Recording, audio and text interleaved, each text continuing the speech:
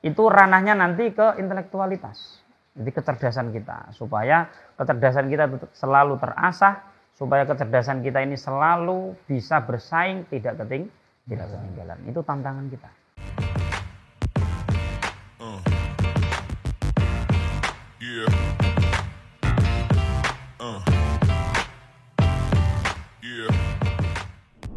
Assalamualaikum warahmatullahi wabarakatuh.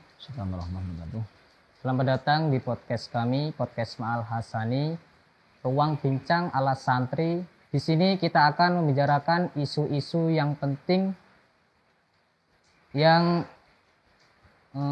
mempengaruhi di kehidupan kita sehari-hari, terutama di masyarakat. Saya Muhammad Rafid Fernanda. Di sini saya sebagai host akan menemani Anda dalam waktu 20-30 menit ke depan. Dan kali ini juga kita akan mengangkat topik yang sangat relevan dengan tantangan zaman, yaitu bagaimana seorang intelektual mandiri dan umat yang tangguh. Dan kali ini juga kita kedatangan narasumber yang sangat istimewa. Beliau merupakan salah satu dosen di Ma'had Ali Al-Hasaniyah. Beliau juga melanjutkan pendidikannya di MI sampai MA di Pati dan melanjutkan di Pondok Pesantren Kudus. Setelah di Kudus, beliau melanjutkan di Pondok Pesantren Darut Tauhid Al-Hasaniyah dan juga mendaftar di Sekolahan Tinggi Agama Islam Cepu. Beliau juga merupakan angkatan pertama, yaitu Ustadz Dafa. Mari kita sapa dulu narasumber kita. Assalamualaikum Ustadz. Assalamualaikum warahmatullahi wabarakatuh. Gimana kabarnya Ustadz? Alhamdulillah sehat. Alhamdulillah pada kesempatan kali ini bisa hadir menemani podcast pada malam hari Ma'al Hasani. Alhamdulillah. Alhamdulillah. Nah, di episode kali ini kita akan membahas mengapa sih intelektual mandiri itu sangatlah penting dan apa tantangan seorang intelektual dalam menghadapi umat-umat saat ini. Oke kawan-kawan, jangan lewatkan podcast kita hari ini. Kita dengarkan secara seksama. Oke Ustadz, menuju ke pembahasan. Oke. Menurut Ustadz, apa sih intelektual itu atau santri itu? Oke, sebelumnya Assalamualaikum warahmatullahi wabarakatuh. Semua hadirin yang dirahmati Allah Subhanahu wa taala. Langsung saja ke inti pembahasan. Intelektual yang dimaksud dari tema yang kita usung ini, kami mengusung atau bisa mengartikan kalau di pesantren kita, Pondok Pesantren Darut Tauhid Al-Hasaniyah ini terampil. Jadi intelektual itu bisa bermakna terampil atau cerdas, bisa memanfaatkan kondisi, yang mana kondisi ini yang kalian lihat di zaman era globalisasi seperti halnya hari ini sangat riskan sekali. Nah, kita dituntut menjadi umat yang berintelektual. Intelektual ini cerdas dalam membaca apa itu situasi atau kondisi. Maka kita kutip dari kitab Manhajus Sawi itu, al-jahlu itu, kebodohan itu sesuatu yang bisa menggerogoti intelektualitas. Makanya kita dituntut supaya cerdas, jangan sampai menjadi orang-orang yang ketinggalan. Kenapa? Karena kita mau tidak mau, memang kita terlahir di zaman yang milenial dan kita harus berintelektual, bisa berinteraksi dengan sesama dan jangan sesekali meninggalkan ilmu. Nah, kalau saya kutip dari intelektualitas ini, kecerdasan, maka kecerdasan ini sangat penting. Jadi terampil dalam mengamalkan ilmu yang kita dapati. Kalau di pesantren ya berarti bisa membaca situasi. Bagaimana kalian belajar di pondok pesantren yang sudah 10 tahun, yang sudah 5 tahun, yang sudah 3 tahun, ini bisa saling fastabiqul khairat. Jadi bisa berkolaborasi, bisa untuk berdiskusi demi untuk mengasah kemampuan kecerdasan kita, gitu. Nah, ada syair yang sangat populer yang diutarakan oleh Sohibul Maulid Al-Habsyi, Simtud Duror itu. Beliau mengutipkan di dalam syairnya itu ada ajibtu liman bil jahli yardo warabbuhu. Saya itu heran kepada orang yang mana orang tersebut itu kok bangga akan dia tidak tahu. Padahal dia itu aslinya punya potensi ingin cerdas, ingin pintar, bahkan dia itu bisa melebihi temannya. Tapi kenapa? Karena dia malas. Tapi kenapa? Karena dia tidak ingin tahu. Nah, aslinya dia tahu. Jadi saya itu heran, saya itu heran kenapa orang-orang tersebut itu kok have fun. Kenapa orang-orang tersebut itu kok relax, menjadi terkloni-kloni keramaian-keramaian kebodohan. Nah, aslinya kan kita harus bisa menjadi pioner, menjadi pemantik untuk bisa mengajak ke kawan-kawan kita untuk mempelajari suatu pelajaran supaya cerdas tidak ketinggalan gitu. Jadi itu satu qadiyah, ajibtu liman bil jahli yardu wa rabbuhu atahalahu min faidi ifdalihi fahma. Padahal Allah Subhanahu wa taala itu sudah memberikan konsep bagaimana kita itu untuk memahami ilmu, sudah ada caranya. Bagaimana kita cara untuk memahami suatu qadiyah, suatu statement yang sudah diajarkan oleh para guru-guru, para masyayikh kita. Nah, kita pahami dengan adanya beberapa trik yang ada di dalam kitab Mudzakarah, Musyawarah, Muthala'ah dan lain sebagainya. Itu ranahnya nanti ke intelektualitas. Jadi kecerdasan kita, supaya kecerdasan kita selalu terasah, supaya kecerdasan kita ini selalu bisa bersaing, tidak ketinggalan. Itu tantangan kita. Gitu. Saya kira prolog pembukaan segitu. Jadi seorang intelektual itu mempunyai keilmuan yang sangat mumpuni, Ustaz ya? Ya, kalau dibilang mumpuni, ya bisa. Makanya Mbah Yai Allah Yarham Romo Kiai Haji Nasruddin Qadir itu mengemas salaf terampil. Terampil itu bagaimana? Ya kalau dilihat katanya orang iso bisa, ya bisa. Cuman jangan terlalu enak dipuji menjadi orang yang bisa. Jadi kita bisa dikategorikan zaman sekarang kan dikemas menjadi intelektual umat. Ini harus cerdas supaya tidak tergerus ke sana kemari. Kenapa? Karena itu coba kita berpikir flashback ke belakang. Orang-orang yang sudah banyak sekali belajar di sana, di sini, ternyata tatkala kembali ke rumah tidak bisa membaca keadaan. Akhirnya bagaimana? Tergerus dia. Tergerus, tidak bisa mengkonsistenkan keilmuannya. Maka dari itu kita harus bisa memegang ilmu kita itu dengan sungguh-sungguh. Makanya kita mulai dari diri kita, syukur-syukur nanti ada orang-orang yang bisa mengikuti kebaikan kita. Gitu. Lalu Ustadz, tantangan apakah seorang intelektual bisa menghadapi umat-umat saat ini agar bisa menjadi umat yang tangguh? Tantangannya, ini poin yang pertama, tantangannya buat kita untuk menghadapi umat yang sudah seperti halnya zaman sekarang, karena milenial, ini tantangannya satu, filterisasi. Kalau di dalam Mizanul Kubro, kitab Mizanul Kubro itu ada Mizanul Umur Asyariah. Standaritas kita sudah jelas. Standaritas kita sudah paten, yaitu syariat.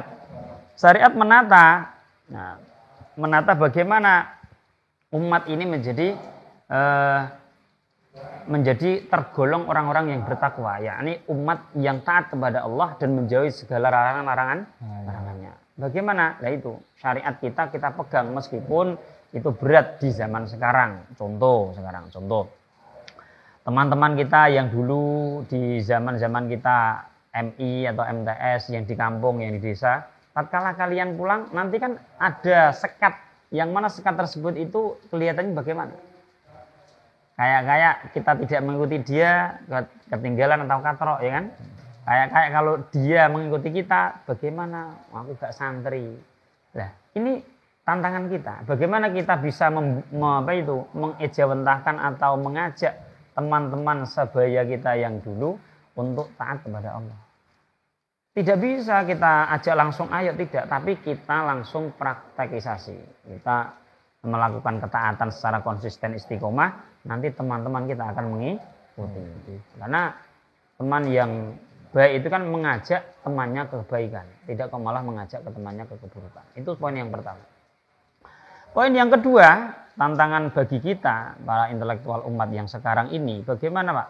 Kita harus bisa mempertahankan apa? Mempertahankan konsistensi kita.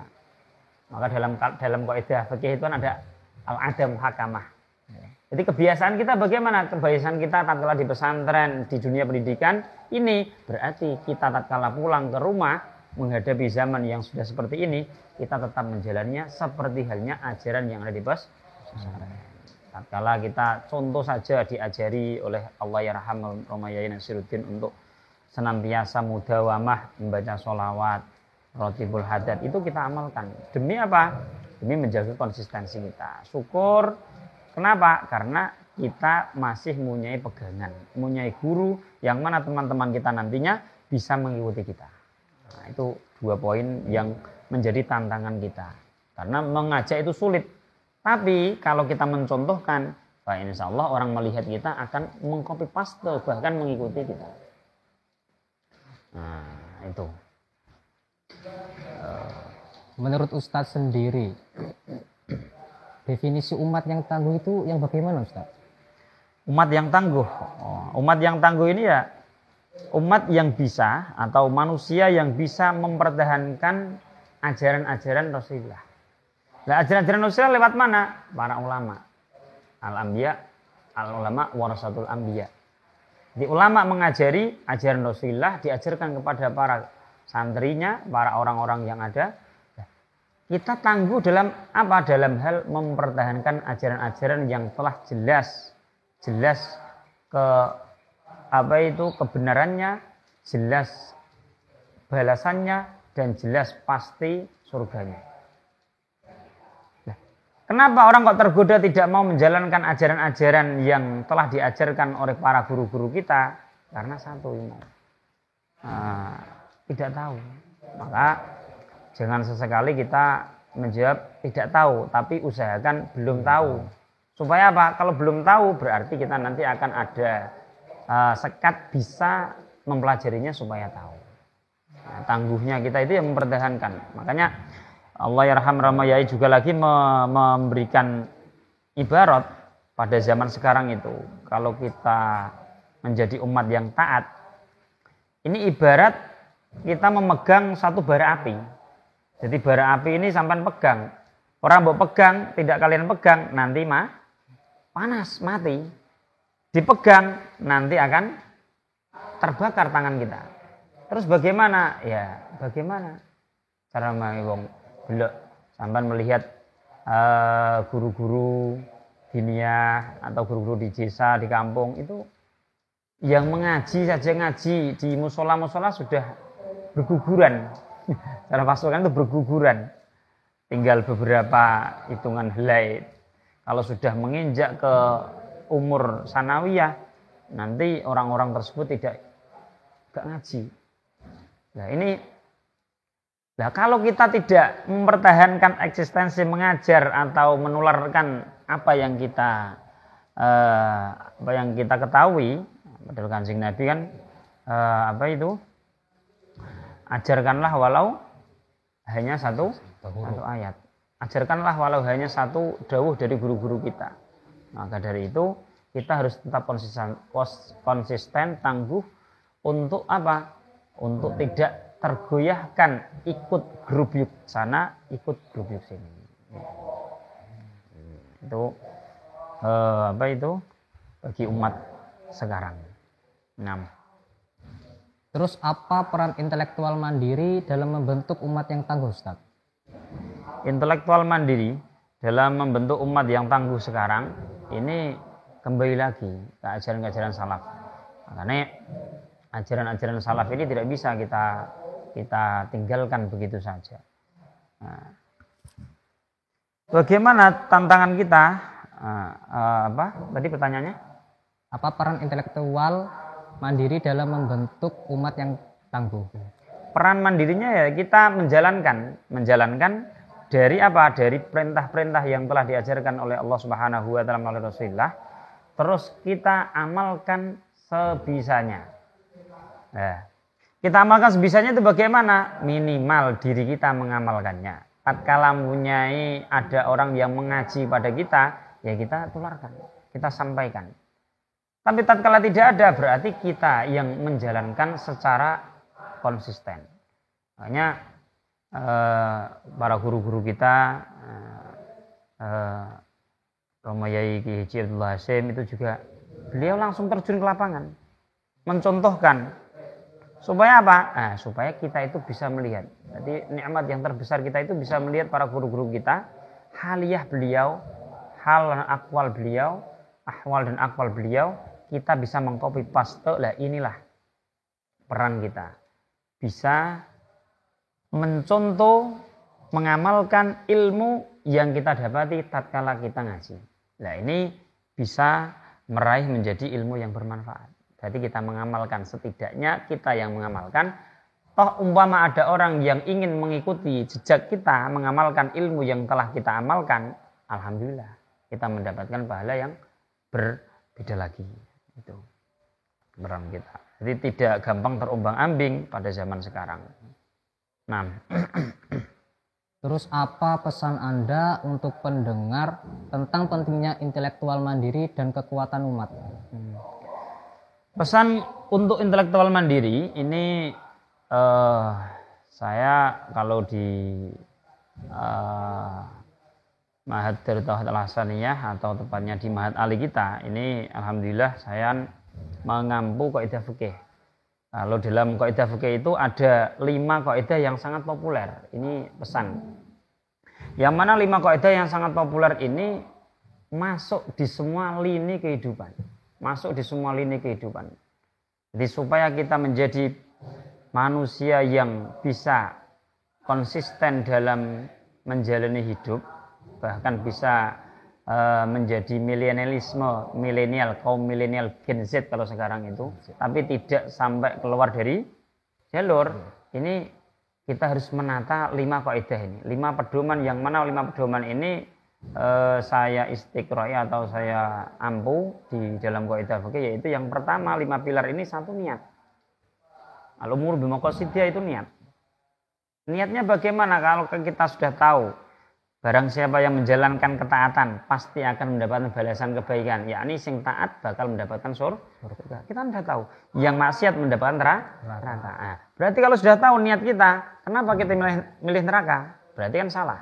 Harus kita memilih surga, berarti niatnya harus kita tata. Misalnya yang pertama. Yang kedua, tatkala sudah diniati, berarti tatkala sudah niat, kita harus bisa yakin. Yakin bagaimana? Meyakini bahwasanya niat kita yang saya pilih tadi, ini sudah benar. Kalau sudah yakin, tidak akan bisa tergoyahkan, la yazal bisyak, tidak akan bisa. Kalau sudah yakin, kalau sudah muncul keyakinan, ini nanti di tengah ini ada masyaqqah, ada ujian. Makanya ana wong yakin, kalau ada orang yang sudah meyakini sesuatu, di dalam perjalanan keyakinannya sampai nyantri, yakin apik. Tapi di dalam kita menyantri selama beberapa tahun itu pasti akan ada ada masyaqqah, ada ujian. Lah ujiannya itu bagaimana ya? Berbeda-beda. Ada yang ujiannya sampai badannya sakit-sakitan, ya kan? Ada yang berat ekonomi dari keluarga, bagaimana? Masyaqqah. Tapi jangan khawatir. Innallaha ma'al usri yusra. Pasti kalian yang mana jerih payah nanti akan dibalas kesenangan oleh Allah Subhanahu wa taala. Kesusahan nanti akan dibalas kemudahan, masyaqqah. Tatkala sudah terjadi di fase ketiga masyakoh ini, nanti akan ada fase yang keempat kaidah kehidupan, yaitu ikhtiari, pesan. Ikhtiari itu kondisi normal. Normal kita bagaimana? Kalian tadi sudah bisa melewati beratnya cobaan, berarti kondisi normal kalian bisa melalui cobaan tersebut, berarti bisa balance, bisa imbang. Tatkala sudah bisa imbang, nah, 4 pilar ini tinggal kita muhakkamah, kita menguatkan 5 pilar tadi. Muhakkamah itu bisa dikukuhkan. Maka dalam kaidahnya al-ada muhakkamah.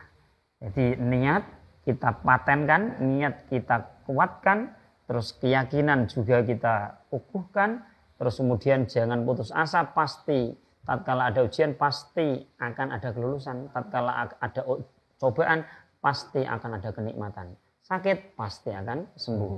Nah, malam pasti ada siang. Tatkala sudah berarti kondisi normal. Kalau kalian sudah bisa melewati fase 3, normal. Tatkala sudah normal, tinggal kita konsistensi muhakamah tadi, menjalankan sesuai dengan jadwal yang ada. Contoh, jadwal muhadharah atau jadwal ma'had ali, yang mana jadwalnya ini sudah paten hari Senin, Selasa, Rabu, Kamis, yang sudah muhakamah, sudah terpatri, sudah paten. Nah, maka tinggal kita menjalani. Kalau kalian menjalani, berarti pesan yang disampaikan oleh para guru-guru kita sudah kalian jalankan, berarti mumtaz. Itu. Nah, seperti itu pesan yang bisa Bapak sampaikan. Oke, teman-teman, terima kasih sudah mendengarkan podcast malam hari ini. Semoga kesadaran akan pentingnya intelektual mandiri itu dapat menjadi inspirasi bagi Anda untuk menjadi agen perubahan. Ingat, perubahan dimulai dari diri sendiri. Oke teman-teman, cukup sekian dari kami. Jangan lupa di-subscribe, ditekan loncengnya, ditonton terus episode-episode selanjutnya. Saya Muhammad Hafid Fernanda. Apabila ada kesalahan, tutur kata yang tidak mengenakan hati Anda, saya mohon maaf yang sebesar-besarnya. Saya akhiri. Wassalamualaikum warahmatullahi wabarakatuh. Waalaikumsalam.